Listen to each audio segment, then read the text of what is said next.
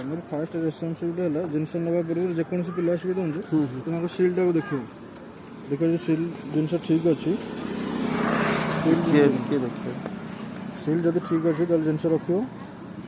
lose ଅଛି ନା once ଏ seal ଫିଟିବନି lose ଦେଖିଲେ ଲୁଜ୍ ଥିଲେ ଚଳିବ ଗୋଟେ ବୁଝିଲ ଲୁଜ୍ ଏମିତି ରହିବ ଯାହା ପ୍ୟାକେଟ୍ ହେଇକି ମାଲ ଖୋଲୁନ ଯଦି ଡାଉଟ୍ ହେଉଛି ଆଗରେ ଖୋଲୁନାହାନ୍ତି ଆପଣ ତ ଖୋଲିବେ ଆଉ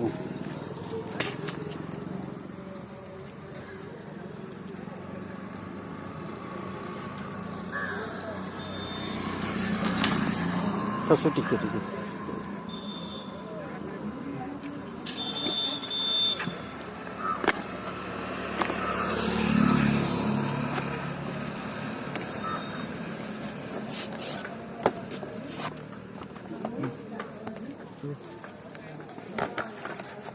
ଅଛି ତ ସିଲ୍ ଅଛି ତ